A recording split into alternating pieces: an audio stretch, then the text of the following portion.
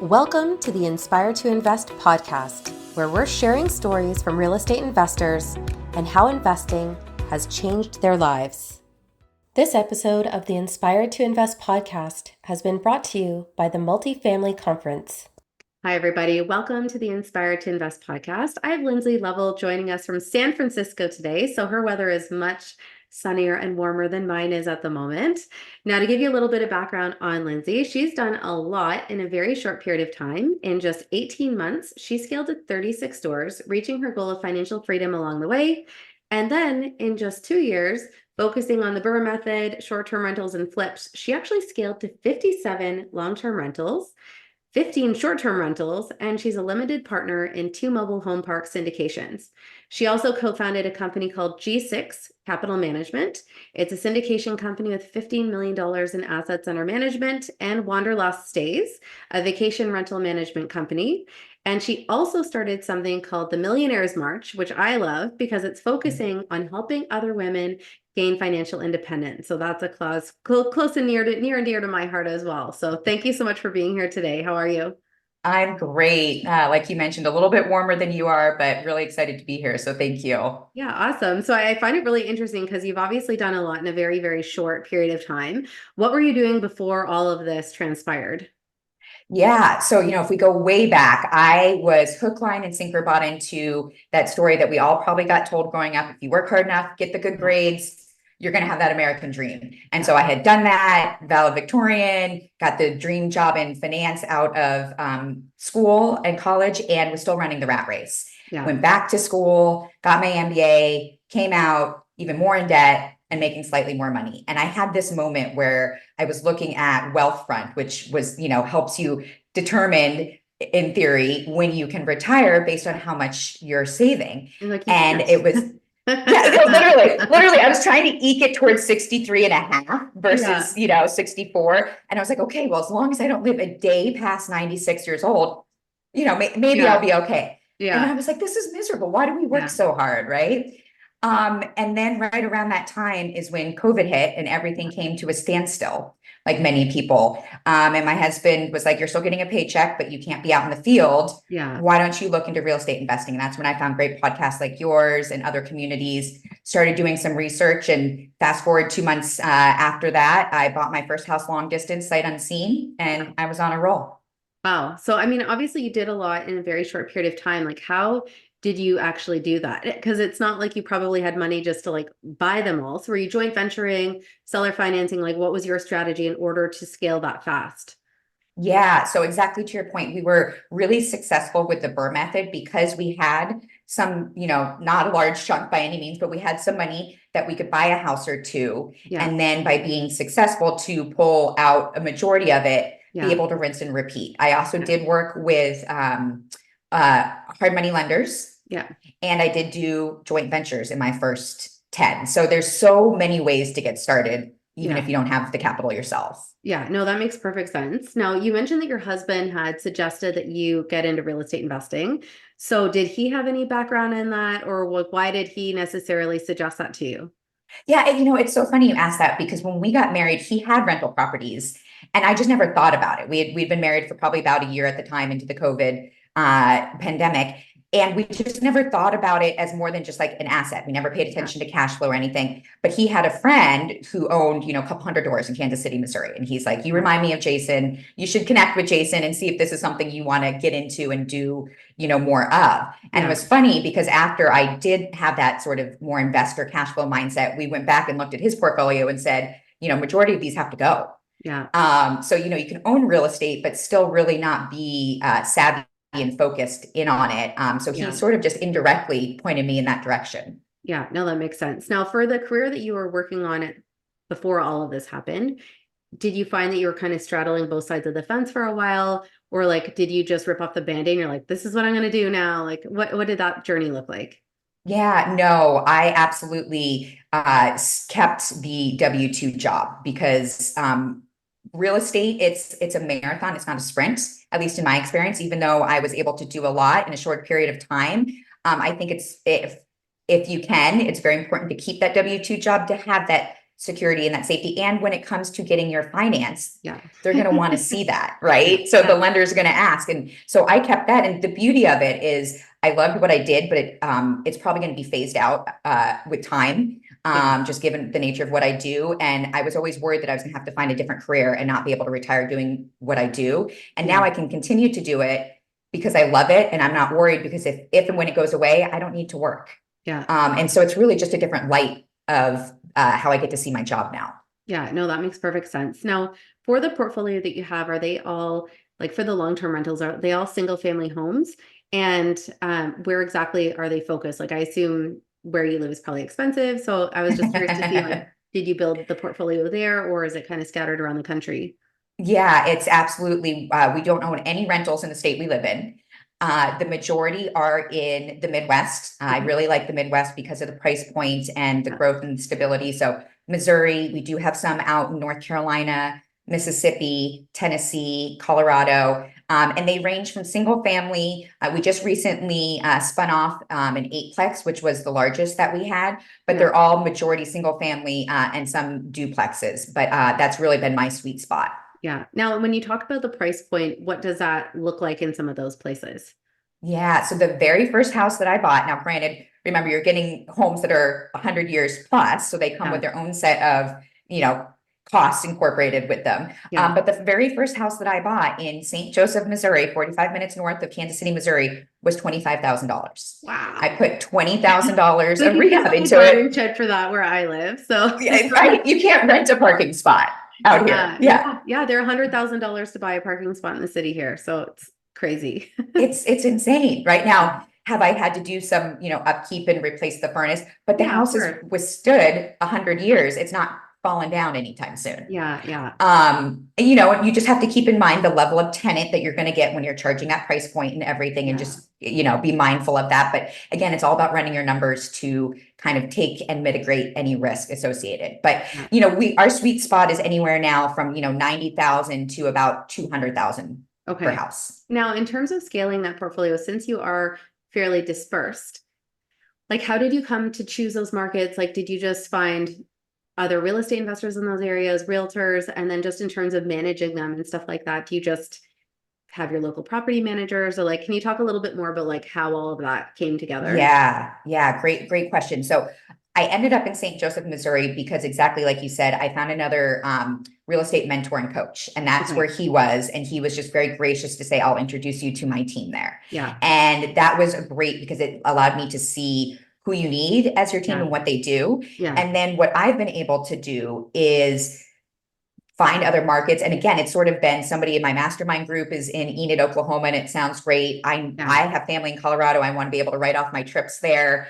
And then I build a team, right? I build a team in each of those locations, starting with a rock star real estate agent, finding one that's investor savvy, and then asking them to help me build out my team. And there's been markets I've wanted to go into, but because I couldn't find that great real estate agent partner, I didn't go into them.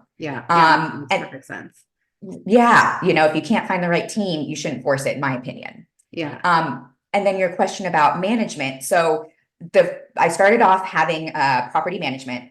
And for those ones that I mentioned, a lower price point, maybe tenants that need a little more hands-on, maybe a little bit, if I'm going to have an eviction, that's where it's going to happen. I do have a property manager there. As I've grown to be more comfortable, I've hired a full-time virtual assistant. So between her and my husband and just systems you can put in place, we self-manage the majority elsewhere. Okay, nice. I was just curious to see exactly how that was. Now, when you look at just your overall portfolio, is there anything that you would look at as something you're most proud of, or you feel like is your biggest success? I would just say having been able to diversify and in different markets, because when I first got started, I had people kind of just giving me a really hard time. Like you're not focused. This is totally not the right way to do it. You should just drill down in one market. I remember one guy that I thought was a really great mentor. He's, older, had done this for years. And I thought, this is what makes me comfortable. It's important to me to diversify, not only in assets, but markets. And to be able to have done that successfully against what, all the experienced investors were telling me, I think makes me most proud. just Yeah, going no, with I my think that gut. makes perfect sense. Like even when I've talked to people about different opportunities and stuff like that, and say even they're married, I'm like, just diversify as much as you possibly can, because there could be things like the economy impacting a place, there could be jobs coming or going, there could be catastrophic weather events and stuff like that. So if you have your whole portfolio in one place, like that can literally go up in smoke if something big happens, right? So as much as maybe it could be a little bit more complex and more of like a spider web, and maybe people aren't comfortable with that, I just think it's the safest way to protect your assets. It absolutely, to your point, it can literally go up in smoke, your entire portfolio, if you have it all in one area. Yeah, no, for sure. Now, in terms of growing your portfolio, would you say there's anything that stands out to you as one of the biggest obstacles that you faced? Sometimes being a woman could be a big obstacle, and it was as much external as was internal, and me feeling like I didn't have a right to have a seat at the table. Yeah. And sometimes, we're all learning, right? And it can show when we're learning, but we've all been there. And I think an obstacle sometimes being a female, speaking with a contractor who knew I didn't totally know what, the process of drywalling was, maybe made me a little bit more susceptible to higher bids or other shenanigans. But it's all stuff that, comes with time, and you learn and you put the right processes in place, and you can mitigate that. Yeah, no, that makes perfect sense. Would you say there's anything that stands out to you as one of the biggest lessons? And with regards to that, if you could go back and do anything differently, like would you have shifted anything now knowing what you know? So I think one of the biggest things, twofold, and again, sort of dealing with contractors and being a female, is I'd stop saying I'm sorry for things that weren't my fault. Yeah. Because I think that's definitely something we tend to do as females, and especially when we're new in a space. Don't want to feel like we're impeding on somebody, and just remembering I have the right to be here, and using that confident language on the phone and in emails, not just, oh, I'm just calling to check in. It's, I'm checking in, I'm paying you to do this. What's going on? And having that confidence.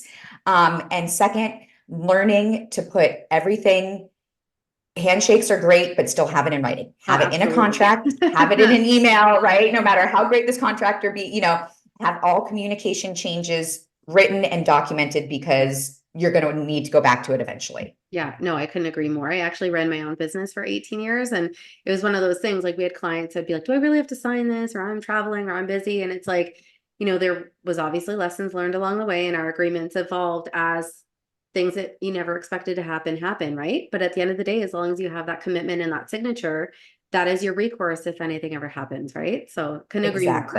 But on that note, we're just going to take a really brief break for a word from our sponsors, and we'll be right back. The Multifamily Conference is back, May 24th to 26th at the Metro Toronto Convention Centre. Get your tickets at multifamilyconference.ca.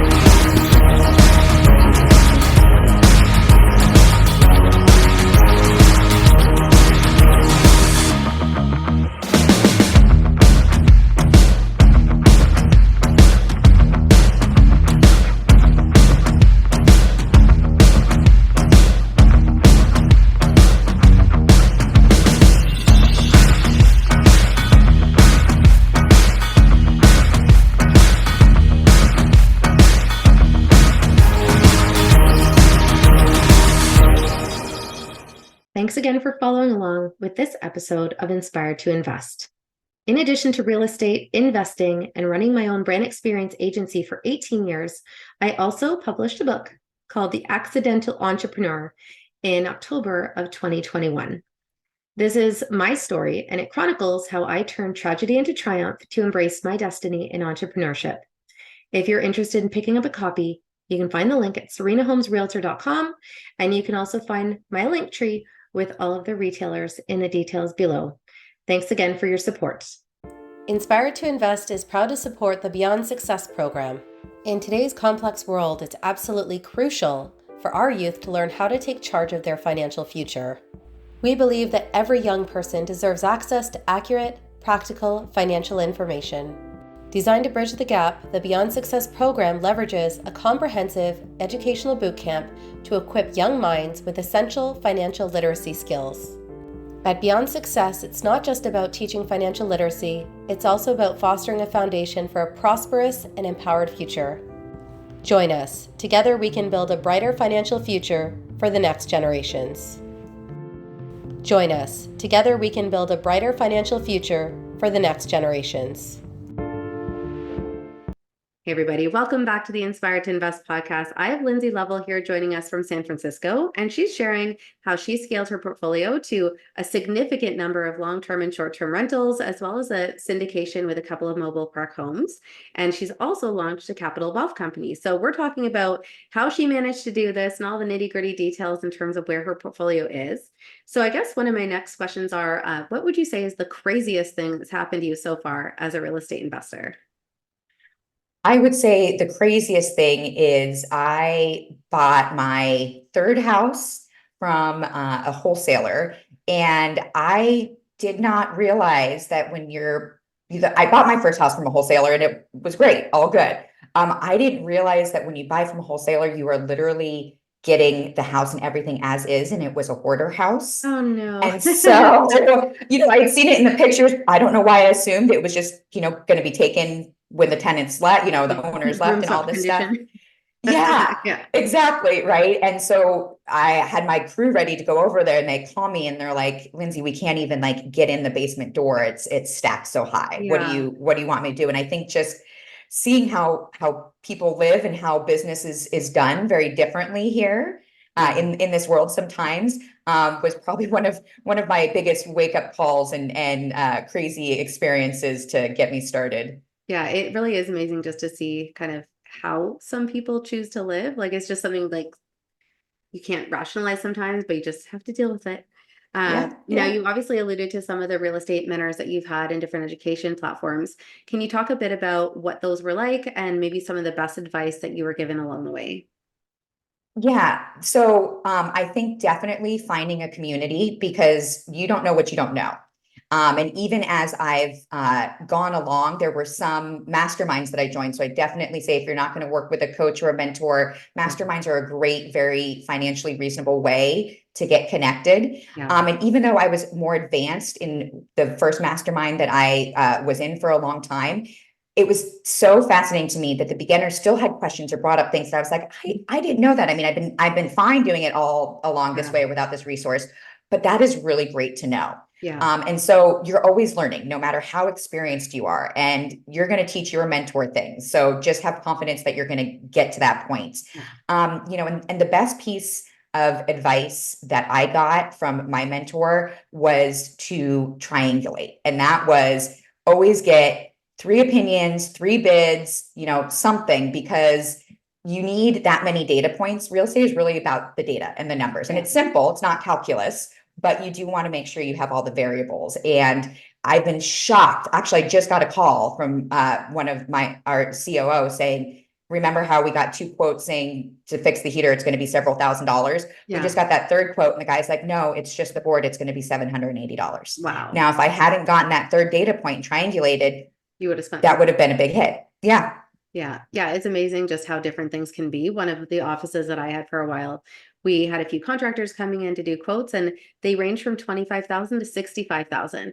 And I was like, I kind of benchmark what the leasehold improvement budget was in terms of what made sense, but it was amazing to be just that's a very wide span for the exact same work, right? It was just taking down some drywall and drywalling a couple spaces in the back, and I was just floored by all of that. But we had to have a licensed contractor, and we had no choice but to go that route. And I was like, my husband could have done this for 10 grand, but right. You got to do what you got to do, right?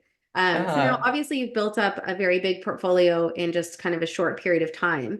What's next for you? Where do you see that growing to? And is there a particular financial freedom number that you have in mind that will make you feel like you've made it or you've arrived?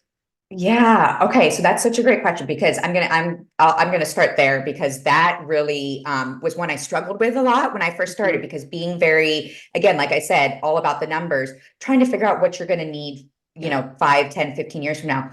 really gave me a lot of anxiety because I'm like, does it need to be this number? Does it need to be that number? And I had a great mentor that said, for some people, it's about the cash flow. Yeah. And for me, being able to replace, I had my number of what, I had my spreadsheet and said, if my husband and I could live the dream lifestyle, take these vacations, have these, car payments, blah, blah, blah. Yeah. Our monthly cash flow is this number. Yeah. And when we hit that number, I was able to say, I'm financially free. I feel, so for me, it was more, not a overall, worth, but what I was bringing in and could cover each month if both of our jobs disappeared. Yeah. And then, so everybody that's, a little bit different, but I would say it's your W-2 plus maybe half of your W-2 and then some. Yeah. And then, your next question, now I'm going to totally forget about. That's okay. Just in terms of what's next. So obviously you built up a lot. Like, do you think that, oh goodness, you have an idea to get to a certain number of doors or maybe to go into a different asset class? Like what would be cards for you next? So the latest venture that we've gotten into are pivoting some of our homes. Being in short-term rentals, we've seen some of the market shift where we're not permitted. Yeah. And so instead of selling them off, we've been turning them into group sober living homes. Okay. So we recently opened 8 of those. They're a lot of work, so I do not recommend, just diving in thinking it's passive like long-term or anything. Yeah. But it's a great way to give back to the community. There's definitely the need, but it's running a little mini business and community and almost hospitality in each house. But that's definitely one that we have a passion for, that I've been really excited to start taking our portfolio in that direction. Yeah, that's interesting. I mean, the same thing here, that I know some people that have shifted from short-term rentals to mid-term rentals. So they'll be in markets where there's a high volume of medical, like traveling nurses or construction and stuff like that. So they'll do anywhere from 30 days to 6-month leases. So they're getting that premium rent, maybe not as lucrative as a short-term rental, but a lot less complexity and work in terms of getting it fulfilled. So I've seen people pivoting into those strategies kind of closer to home as well. So smart. Yeah. You just got to be careful to make sure that you're not using like a regular lease agreement and, just all those things. But yeah, it's just stuff that you wouldn't have thought of maybe once upon a time. So. Yeah. And to that point, insurance, because we didn't have the right insurance on a short-term rental, having switched it, a pipe broke and none of that furniture was covered. Yeah. So to your point, whenever you're switching, make sure you think about all aspects. Yeah, no, absolutely. So you obviously talked about just what you want in terms of cash flow and financial freedom and stuff like that. But can you speak to how real estate investing has changed your life as a whole, like in terms of work-life balance and your lifestyle and maybe your just feelings about the future? Yeah, I had a lot of, like I mentioned, I had a lot of anxiety about the future before. What is my job going to look like? Is it going to be, am I going to have to go back to, to being inside of a cubicle all week? And real estate investing has showed me that there's lots of different types of wealth. And for me, I've realized my happy wealth is freedom and flexibility. And now I have the choice on how to spend my days. I have the choice of, what kind of job, if at all, I want to work in corporate. I can go hiking in the middle of the day. I can go travel and still be making money and managing a team. And so for me, I think that wealth of freedom and flexibility, and it's 100% changed my life. Not only in, the financial aspect, but it's given me more confidence. I've met so many more great people I never would have. So it's really kind of rounded out my life too, in just all aspects. Yeah. Yeah, no, I couldn't agree more. I mean, I'm part of a mastermind as well and a couple of other communities, and it's just nice to spend time around people that have that same mindset and the same objectives. And it's just different conversations that you're going to have in those kinds of rooms, right? 100%. So obviously the name of this podcast is Inspired to Invest. So I like to ask my guests what their most inspirational or motivational quote is and how that kind of impacts them. Yeah. So I think biggest one that we often sometimes need came from a book called The Psychology of Money.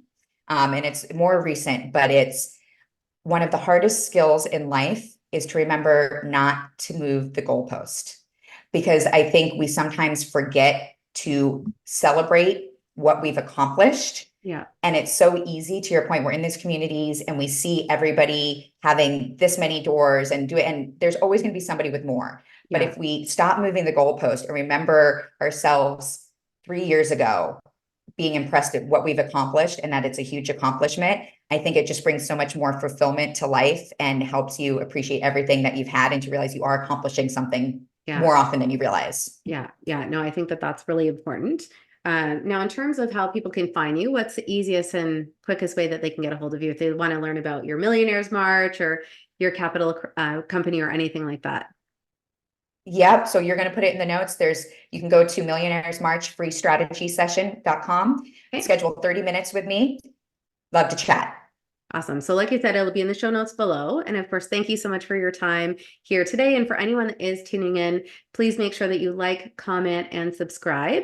And make sure that you're followed along on social at Inspire to Invest Podcast. And above all else, remember, when you invest in yourself, the sky's the limit. Thanks again. Thank you to the Multifamily Conference for bringing you this episode of Inspired to Invest. The views represented on this podcast are for general information only and does not constitute investment or other professional advice or an offering of securities. The host and guests featured on Inspired to Invest make no representations as to the performance of any particular investment. Should you decide to make an investment, you are responsible for conducting your own review and analysis. It is recommended that you obtain independent legal, accounting, and tax advice from licensed professionals.